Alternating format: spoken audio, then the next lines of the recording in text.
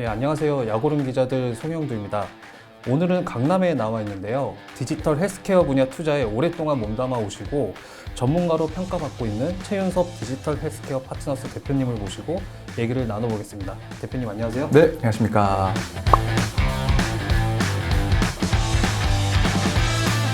최근에 디지털 헬스케어 분야의 성장이 좀 굉장히 좀 두드러지고 있는 것 같아요.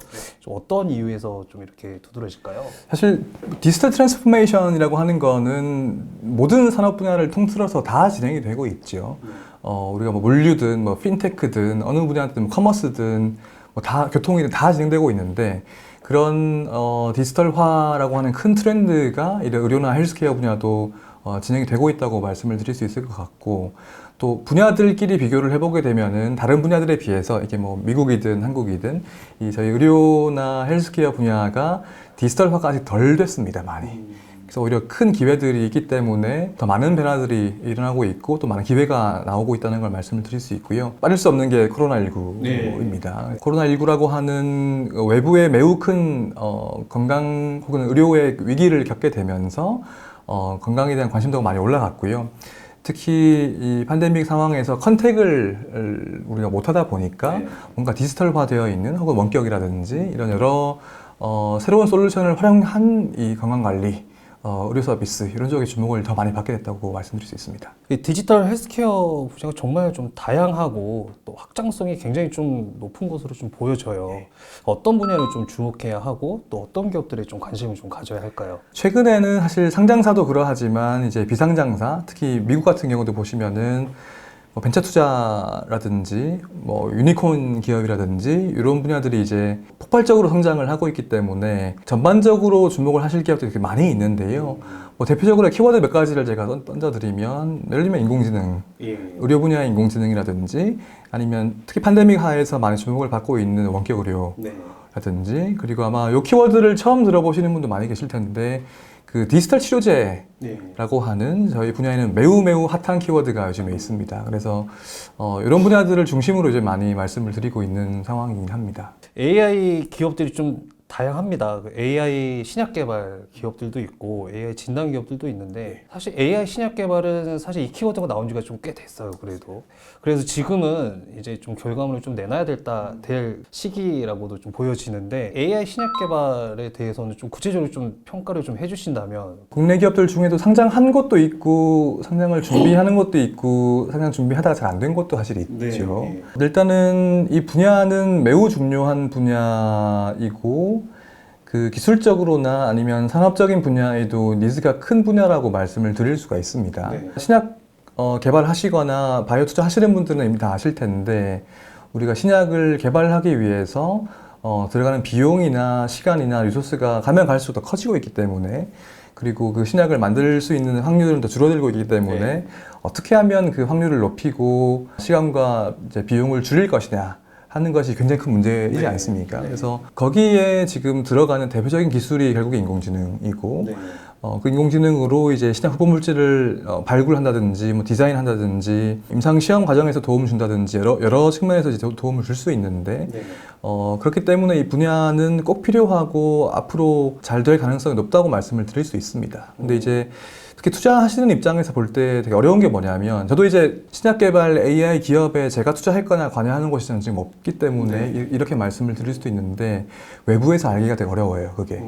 그러니까 한국에 있는 여러 기업들 또 외국에 있는 기업들도 보시게 되면은 거의 비슷한 주장들을 하거든요.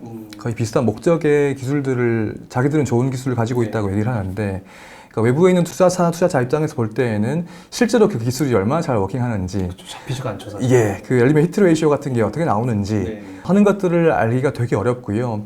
특히 그런 기업일수록 그 기술을 외부에 공개하지 않기 때문에 논문을 쓰거나 하는 경우는 별로 없고 다 그 내부 그 트레이드 시크릿으로 이제 가져가잖아요. 그래서 투자를 하시기에 좀 어려운 측면들이 있죠.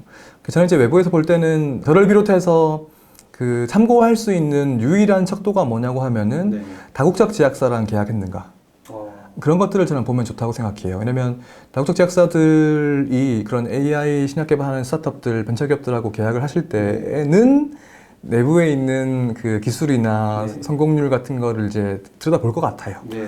그럼 이제 우리 외부에 있는 투자자 입장에서는 그런 것들을 간접적으로는 볼 수 있는 거죠. AI 신약 개발 기업들이 있고 AI 진단 기업들이 있는데 사실 상대적으로 AI 진단하는 기업들은 사실 눈에 잡히는 것들이 많아요. 예. 사실 이미 상용화가 된 모델들도 있고 그래서 매출을 일으키다 보니까 오히려 이쪽이 좀 더 가능성이 높아 보이고 뭔가 좀 확실해 보이는 그런 부분들이 있거든요. 주로 어떤 AI, 그러니까 소프트웨어죠. 그 소프트웨어 의료 기기를 만들어서 실학자 인허가 받고 그걸 이제 병원 등등에 판매를 하면서 매출을 일으키는 그런 구조인데 아마 이제 공개되어 있는 데이터이기 때문에 그 여러 상장사들을 보시게 되면은 매출이 아직 많이 안 나와요. 그런 팀들도. 그게 뭐 여러 가지 이유가 있지만 한국에서 잘 하는 팀들은 글로벌 레벨의 기술력을 가지고 있거든요. 그래서 그거는 의심할 여지가 없는데 그 기술이 좋다고 해서 사업을 잘 하는 건 또 아니니까. 그렇죠. 비리는 또 다른 거니까. 예, 그래서 그 특히 저희 분야에서는 어떤 그 관용구가 있냐고 하면 기승전 숙가라는 말이 있어요. 그래서 결국에 특히 의료기기로 해당되는 그런 그 제품을 판매하기 위해서는 국민건강보험의 수가를 받아야지만 이제 팔 수 있기 때문에. 행위로 들어가니까. 예, 근데 이제 국내에서 그러니까 심평원에 나와 있는 가이드라인이 있습니다. 그 AI 의료기기에 대해 가지고서 영상의학과 인공지능하고 병리과 인공지능 두 가지는 가이드라인 나와 있는데 그게 산업계 입장에서 보기에는 매우 보수적이에요. 지금 한국에서 식약처 인허가 받은 그 AI 의료기기가 한 100개 정도 된다고 지금 얘기를 하거든요. 그 중에 한번 그 영상 보시는 분들 맞춰보시면 그 중에 수가 받는 거 몇 개 있을까요? 수가 받는 게 하나도 없습니다. 아직까지.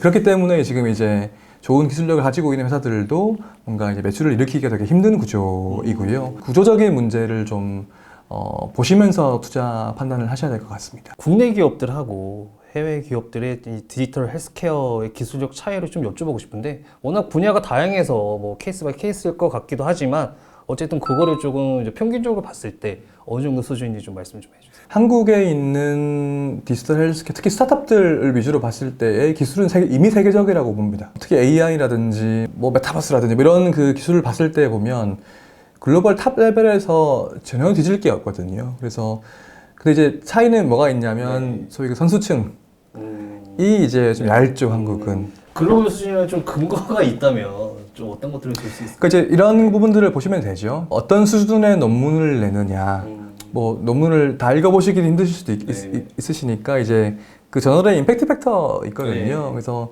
예를 들면 룬잇이 이번에 굉장히 좋은 저널에 논문 냈거든요. JCO라고. 그런 걸 보면 이제 이 회사는 잘하는구나 이렇게 알 수 있죠. 아니면 뭐 그 인공지능 같은 경우에도 대회 같은 것들이 있어요. 특정 문제 내놓고 이제 오픈 그 문제를 풀어오면 순위 매기는 그런 대회들이 있는데 그런 대회들에서 이제 입상하는 팀이 어디 있냐, 뭐 그런 것들을 보셔도 이제 금방 알 수 있는 것이고요. 대기업들이 대기업들도 그렇고 이제 굴지 이제 제약바이오 기업들이 디지털 헬스케어에 뛰어들고 있어요. 이 산업과 시장에 좀 어떤 영향을 끼칠지 하고 그다음에 스타트업 기업들과의 경쟁은 좀 어떻게 내다보시는지. 일단은 대기업들이 정말 이 분야에 이번에는 뛰어들 거냐 하는 거는 이제 조금 지켜봐야 되는 것 같아요. 그래서 여러 기업들이 사실 헬스케어에 관심 있다고 한 거는 꽤 예전부터거든요. 근데 이제 저희 업계 그 얘기로 간을 엄청 봤죠. 그 여러 번 간을 주기적으로 보시다가 지금 또 이제 여러 가지를 하겠다고 말씀을 뭐 기사도 나오고 MOU도 맺고 하시는 그런 상황인데 정말 이번엔 다를까 하는 거는 사실 좀 봐야 되는 거고요. 근데 조금 다르다고 느끼는 건 뭐냐면 이제 돈을 좀 쓰시는 것 같긴 해요. 그리고 전담 팀을 만드시는 것 같기도 하고 네이버나 카카오도 헬스케어 그 전담 부서나 혹은 뭐 CIC 만들면서 건물급 인사를 이제 모셔가고 있고 팀을 꾸리고 있으니까 그런 부분들이 지금까지와는 조금 다른 움직임이라고 생각해서 좀 기대를 하는 부분들이 있고요. 생태계라고 표현을 많이 하는데 그 대기업 역할과 이런 스타트업의 역할은 분명히 따로 있다고 저는 봅니다. 특히 이게 바이오 투자 하시는 분들은 더 이해를 잘 하실 거예요. 결국에 모든 신약 개발 파이프라인을 예를 들면 머크나 화이자 같은 큰 기업이 다 발굴하기는 힘들잖아요. 그러니까 결국에 되게 그 혁신의 출발점 되게 리스키하고 도전적인 과업들은 스타트업들이 많이 하시고 그걸 이제 뒷단에 바통을 이어받는 게임을 되게 하시거나 뭐 오픈 이노베이션을 하시거나 뭐 투자를 하시거나 뭐 이런 쪽으로 이제 기존의 바이오텍과 그 다국적 제약사들이 협업하시는 그런 모델로 저는 가면 좋겠다고 되게 보고 있거든요. 사실 뭐 최근에는 제가 이제 뭐 들은 얘기는 이제 디지털 치료제 이쪽은 조금 뭐 쉽지 않다 이런 얘기도 들었었고 그 다음에 또 한편으로는 이제 디지털 헬스케어 시장이 우리나라 기업들이 굉장히 기술력이 좋다고는 하지만 사실 뭐 내수용에 좀 불과하다 이런 식으로 좀 이렇게 또 말씀하시는 분들도 계세요. 그래서 결국에는 글로벌 시장으로 가야 되는데 그러기에는 좀 기술력이 좀 한계도 있고 시장성이 한계도 있기 때문에 멀리 내다보기에는 성장은 할 것이지만 멀리 내다보기에는 조금 쉽지 않다라는 이런 얘기들도 있거든요. 거기에 대해서 이 헬스케어 쪽에 투자를 오랫동안 하셨던 분으로서 좀 어떻게 생각을 하실까요? 저는 오히려 장기적으로 매우 낙관하고요. 저는 보통 이렇게 표현합니다. 디지털 헬스케어는 정해진 미래, 확정된 미래입니다. 이 시장이 매우 커질 거라고 하는 거는 의심할 여지가 없는 것 같아요. 헬스케어 의료라고 하는 것이 인간 본성의 매우 근본적인 욕망을 차지하는 거기 때문에 그거를 어떤 식으로든 해결하면은 큰 사업적인 기회가 있는데 지금의 기술적인 발전에서 가장 대표적인 혁신이 디지털 기술이기 때문에 결국에 이 디지털 기술을 접목시켜서 인간의 근본적인 이런 건강이나 의료에 대한 욕망을 충족시키기 위한 거는 시장 작다고 하는 건 사실 말이 안 되는 것 같고요. 근데 그 속도나, 그러니까 방향성은 매우 확실한데 그 속도가 이제 얼만큼 단기간에 빨리 갈 거냐, 혹은 장기적으로 갈 거냐 하는 것들은 이제 판단을 해야 되는 부분이 있는 거죠. 그런 부분을 보시면 이제 한편으로는 이 바텀업으로 봤을 때 개별 팀이나 회사들의 역량, 요게 한 가지 중요한 팩터일 테고, 또 한 가지는 이제 외부적으로 어떤 규제라든지 수가라든지 이런 환경적인 요인이 작용하기 때문에 뭐 그런 것들도 무시할 수는 없죠. 근데 이제 방향성 자체는 이제 매우 명확하다고 저는 보고 있고요. 그래서 아까 말씀하신 뭐 원격의료나 뭐 인공지능, 디지털 치료제, 이런 뭐 메타버스 이런 키워드들은 있는데 그 모든 것들이 다 빠르게 가지는 않을 거예요, 당연히. 그럼 그 중에서 이제 어느 게 더 빨리 갈 것이냐, 어느 게 더 국내에서 성과를 낼 것이냐, 혹은 글로벌 시장에 성과를 낼 것이냐 하는 것들은 이제 그 판단하는 게 결국에 투자 성과를 좌지우지할 거라고 제가 보는데요. 아까 뭐 루닛도 제가 조금 말씀드렸습니다만은 글로벌 시장에서 성과를 내고 있는 팀들이 계속 나오고 있어요. 사실 저희 팀들 중에도 그게 있고. 그러니까 이제 일단 한국 시장이 작다고 하는 거는 별로 동의하진 않습니다. 상대적으로 작죠. 한국의 그 의료기기 시장이 보면 전 세계에서 1, 2% 정도밖에 안 되긴 하거든요. 1, 2%가 그러니까 절대적으로 봤을 때 작냐? 저는 그렇지 않다고 생각해요.